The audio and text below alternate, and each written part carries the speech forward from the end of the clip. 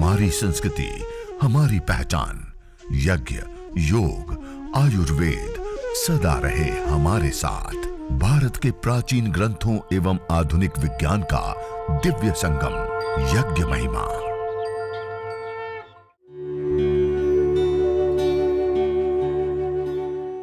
भारतीय संस्कृति में यज्ञ, योग एवं आयुर्वेद जैसी अमूल्य विद्याएं हैं, जिसका मूल है वेद।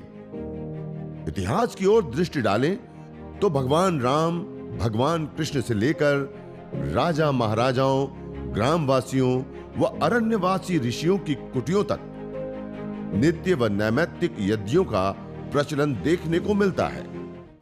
वाम अश्व संचालना,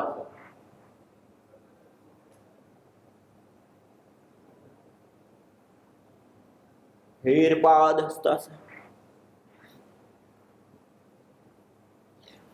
ऊर्ध्व हस्तासन, ओम प्रणाम। ऐसे 12 अभ्यास। लंबा गहरा सांस भरते हुए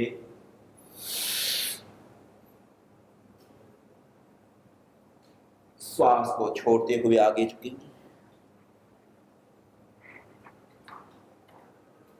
फिर श्वास को भरते हुए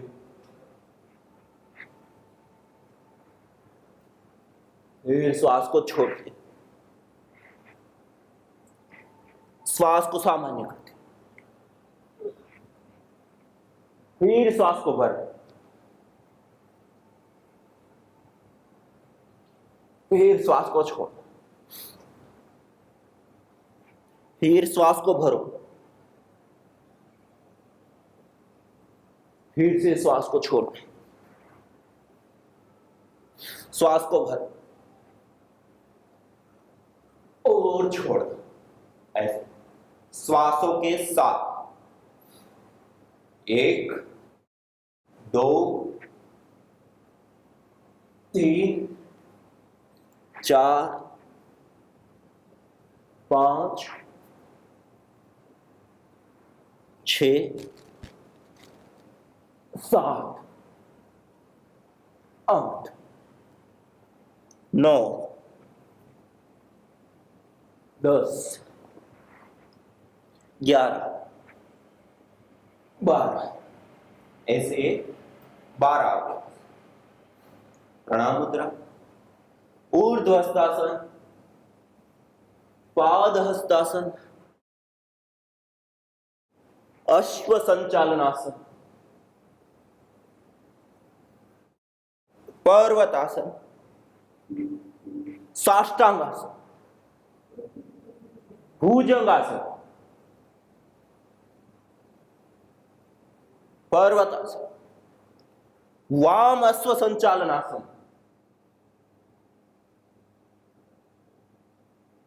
पाद हस्तासन, ऊर्ध्व हस्तासन।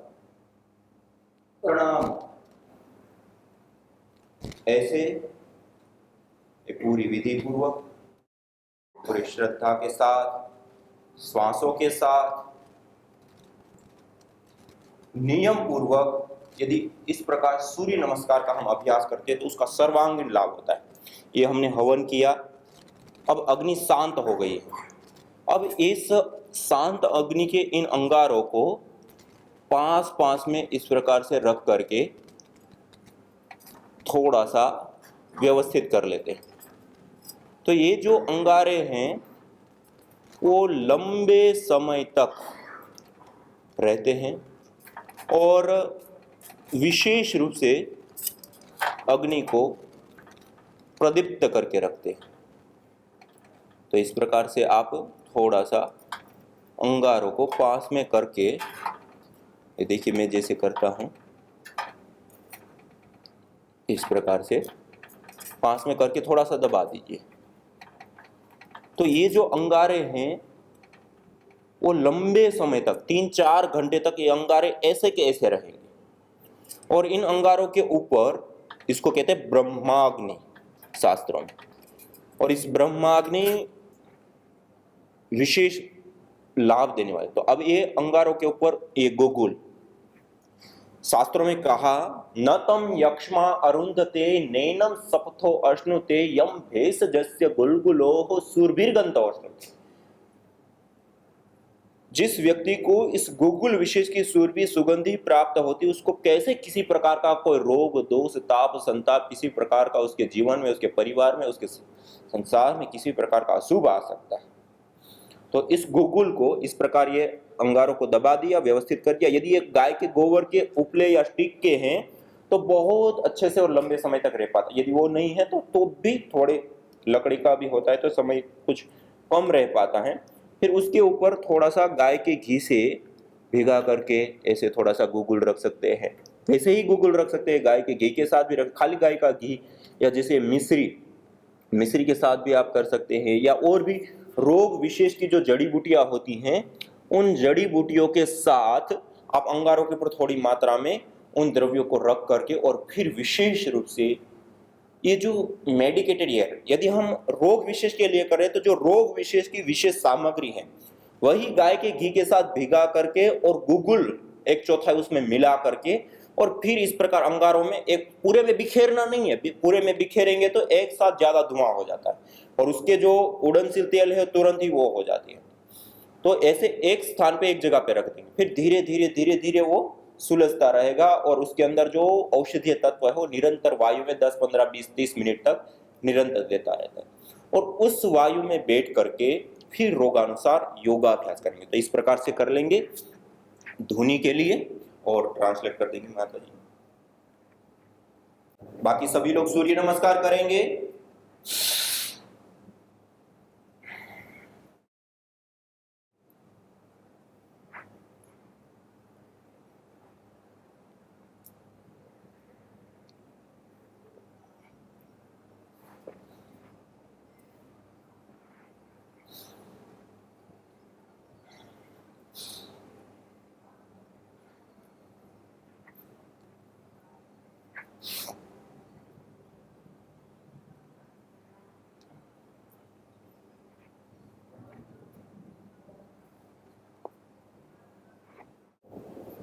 तो इस प्रकार से रोगानुसार यज्ञ और फिर रोगानुसार योगाभ्यास, इस प्रकार से करने पर जो दुसाध्य असाध्य रोग कहे जाते हैं, उन रोगों से भी हमें छुटकारा मिलता है। यज्ञ अपने आप में एक बहुत बड़ी चिकित्सा विधा है। आयुर्वेद के अंदर 3 प्रकार की चिकित्साएं कही गई। एक मानुषी चिकित्सा, एक आसुरी चिकित्सा, एक देवीय चिकित्सा। तो यह यज्ञ, हवन, अग्निहोत्र को देवीय चिकित्सा कहा है। देव व्यपाश्रय चिकित्सा कही जाती है। तो इस चिकित्सा का हम विशेष रूप से लाभ उठाए। अथर्ववेद में कहा, यदि क्षितायुर यदि वा परेतो यदेर मृत्योरंतिकम नीत एव तमा हरामि अस्पर्शमेनम सतसारदाय। अर्थात जो व्यक्ति यदि क्षितायु, यदि वो क्षीण आयु को प्राप्त हो गया अर्थात वृद्धावस्था में आ गया, यदि वह या फिर और अन्य कोई कारण है, कोई ऐसी बीमारी है जो उनको ऐसे मरणासन अवस्था में ले जा चुकी है, उनकी इंद्रियों की शक्तियों का ह्रास कर चुकी है वो बीमारी, यदि सीता यदि वापरे, यदि मृत्योरंतिकम, उनका जीवन समाप्ति की कगार पर पहुंच चुका है, अब कोई बचने का चांस नहीं रहा, उनकी शरीर की शक्ति, धातुओं की क्षीणता, वात पित्त कफ का असंतुलन आदि चरम उत्कर्ष तक पहुंच चुका है, यदि क्षितायु ऐसी अवस्था आ जाए, तमा हरामि अस्पर्शमेनम सतसारदाय, अर्थात उस व्यक्ति को भी मैं यज्ञ, उस मृत्यु के मुख से भी उनको बाहर लेकर के आता हूं और 100 साल की सतसारदायक 100 साल पर्यंत की आयु को, स्वस्थ आयु को उसको प्रदान करता हूं। ऐसे अथर्ववेद में भी विशेष रूप से बताया। तो इस प्रकार से हम यह जो यज्ञ करते हैं, हवन करते हैं, यह अपने आप में एक देवीय चिकित्सा है और उस देवीय चिकित्सा को अपनाने पर यह विशेष लाभ हमें प्राप्त होते हैं। यह एक बहुत बड़ी और प्राचीन विद्या यज्ञ चिकित्सा, लेकिन आज हम उसको भुला चुके हैं। उस विशाल गौरवशाली परंपरा से हम विमुख हो चुके हैं। तो यह विशेष रूप से इस विद्या को प्राप्त करने का, इस विद्या से युक्त होने का अब समय आ गया। आइए सब संकल्प लें, प्रतिदिन हम यज्ञ करेंगे, हवन करेंगे, अग्निहोत्र करेंगे, मेडिकेटेड एयर का निर्माण करें और उसमें रोगानुसार योगाभ्यास कर उस वायु को, मेडिकेटेड एयर को आत्मसात करेंगे और सभी रोगों से छुटकारा पाएंगे और स्वस्थ और निरोगी लंबी आयु को हम प्राप्त करें।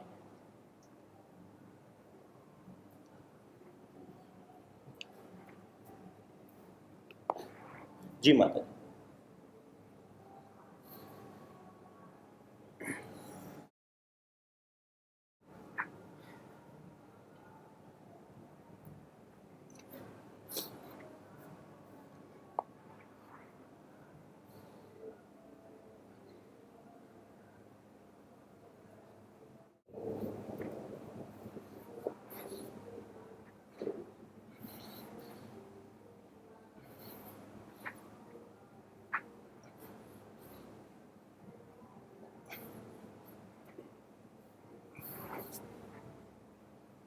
तो इस प्रकार से हम यज्ञ के उपरांत कुछ व्यायाम, चाहे वह यौगिक जोगिक हो, सूर्य नमस्कार हो, दंड बैठक हो, अपनी शक्ति सामर्थ्य आदि के अनुसार 15-20 मिनट अवश्य व्यायाम करना चाहिए।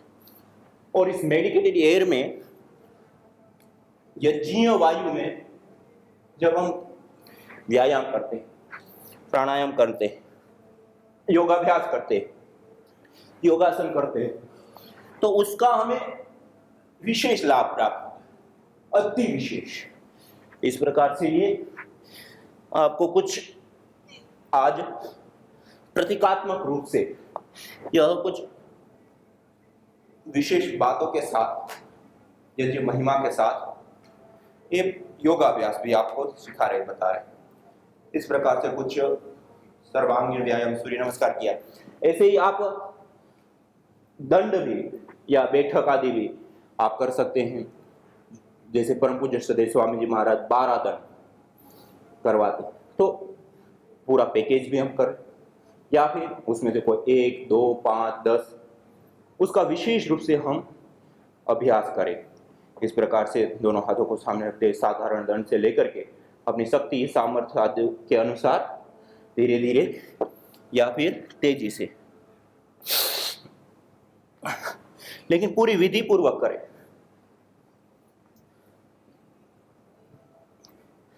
ऐसे पूरा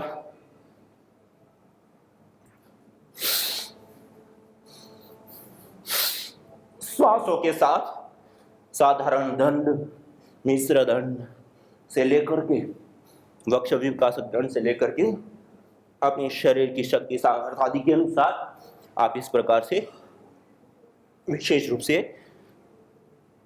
दंडों का भी अभ्यास कर सकते हैं। ये मसल्स का विशेष रूप से अभ्यास होता है। हाथों में पैरों में शक्ति ताकत बढ़ाने का और स्वस्थ रखने का यह एक बहुत बड़ा उपाय है। इस प्रकार से यह साधारण दंड 5, 10, 15, 25 किया। फिर वक्ष विकासक दंड दोनों हाथों को अंदर रखते हुए भी इसको हम कर सकते हैं। एक ऐसे श्वासों के साथ 5, 10, 15, 20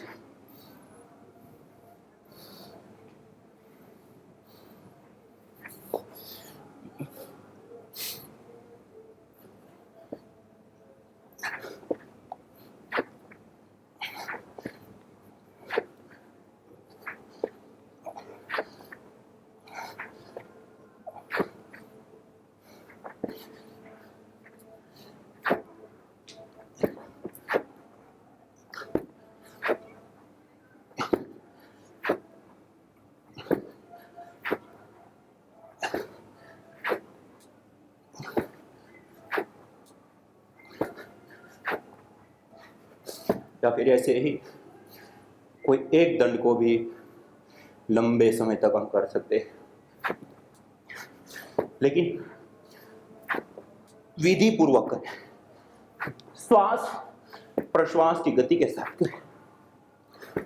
ऐसे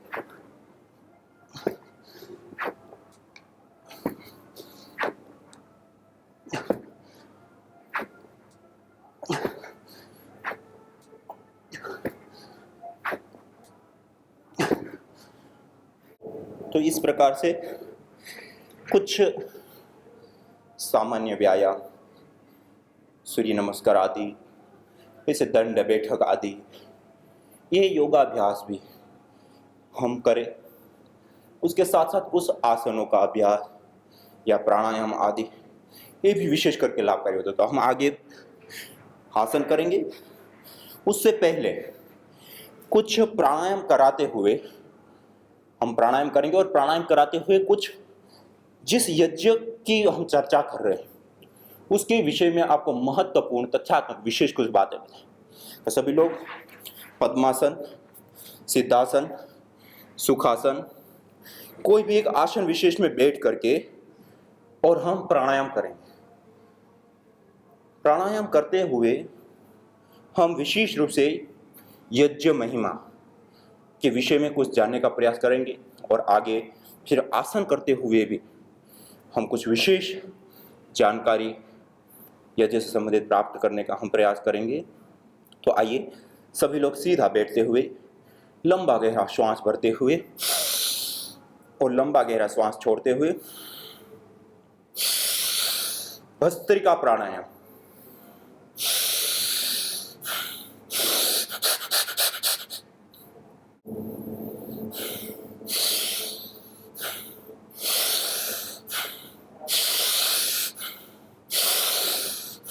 पूरा लंबा गहरा श्वास भरिए और पूरा लंबा गहरा श्वास छोड़िए। यह 3 गति से किया जा सकता है, मंद गति से, मध्यम गति से या तीव्र गति से।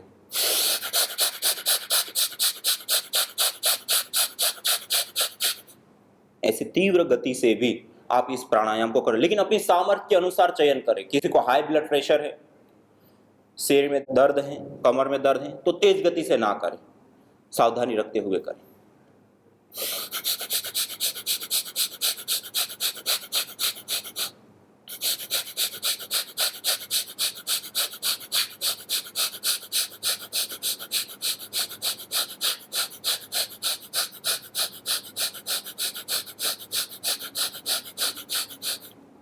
इस प्रकार से भस्त्रिका प्राणायाम, पूरा लंबा गहरा श्वास भरेंगे और पूरा लंबा गहरा श्वास छोड़ेंगे।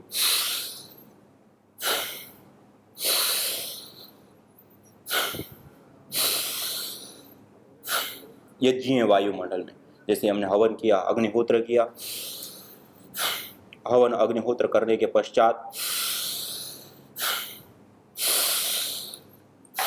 अंगारों के ऊपर गोकुल गाय का घी आदि कुछ औषधियों को रखते हुए और उससे उठ रही मंद मंद सी ध्वनि वाले वायुमंडल में बैठ करके यह जो एरोमेटिक्स ऑयल उड़नसिल तेल होते हैं उससे युक्त होता है। यह नैनो पार्टिकल अर्थात वह पार्टिकल जो विशेष करके हमारे स्वास्थ्य के लिए लाभदायक होते हैं, जिसको नैनो पार्टिकल कहते हैं, वो भी इस वायुमंडल के अंदर आ जाते हैं और उसमें बैठ करके भस्त्रिका प्राणायाम, लंबा गहरा श्वास भरना, लंबा गहरा श्वास छोड़ना, निरंतरता के साथ इसे 5, 7, 10 मिनट तक करना। इससे हमारे फेफड़े स्ट्रॉन्ग, सशक्त, मजबूत बनते हैं। फेफड़ों के माध्यम से ब्लड के माध्यम से पूरे शरीर में जाकर के हमारी चिकित्सा और हमें आरोग्य देने का काम करता है। इस प्रकार से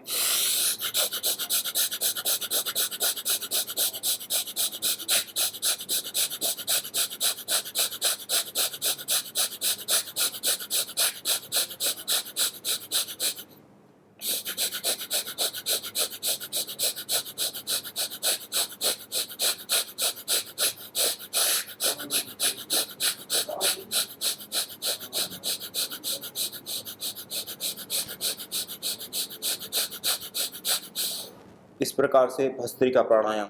न जाने कितनों ने आहुतियां दी इन अमित्र रोगों के संतापों से, है वर्तमान भी आज दुखित, न पूछो भविष्य के प्रकोपों से।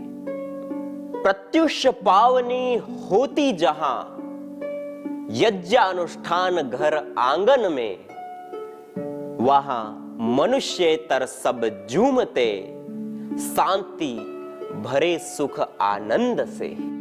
इदम हवीर यातु धाना नदी फेना इमाम वहत, अर्थात जैसे नदी का जल जाग को बहा ले जाता है, वैसे ही यज्ञ में आहूत की हुई हवि सभी प्रकार के रोग, दोष, ताप, संतापों को वैसे ही बहा ले जाती है जैसे नदी। जागो। तो संतान भी नहीं, और संतान भी होती है तो मिसकैरेज हो जाता है 5 महीने, 3 महीने, 4 महीने, तो उस तरह से वो बहुत दुखी हो। तो ऐसा लगा कि अभी संतान नहीं होगी। तो बताया तो मैं बेटी निराश मत हो, तुम एक काम करो, हवन में आया करो दिन। वो हवन में आती रही। उसके बाद में फिर एक बार बोले मेरे घर पे भी थोड़ा हवन मेरे को करवाना है, मेरी माता जी आई हैं। तो हम चलो, हमारी महिला मंडल है, मधु बहन और ये सब जो जितने थे अपना ठक्कर माता जी वगैरह थी तब, और इनके घर पे गए, हवन किया। उस दिन से फिर इसने भी हवन शुरू कर दिया। और ये जो है उसके बाद में दूसरे महीने में जो प्रेगनेंसी रही, और वो उसके बाद हमारे पास आती है।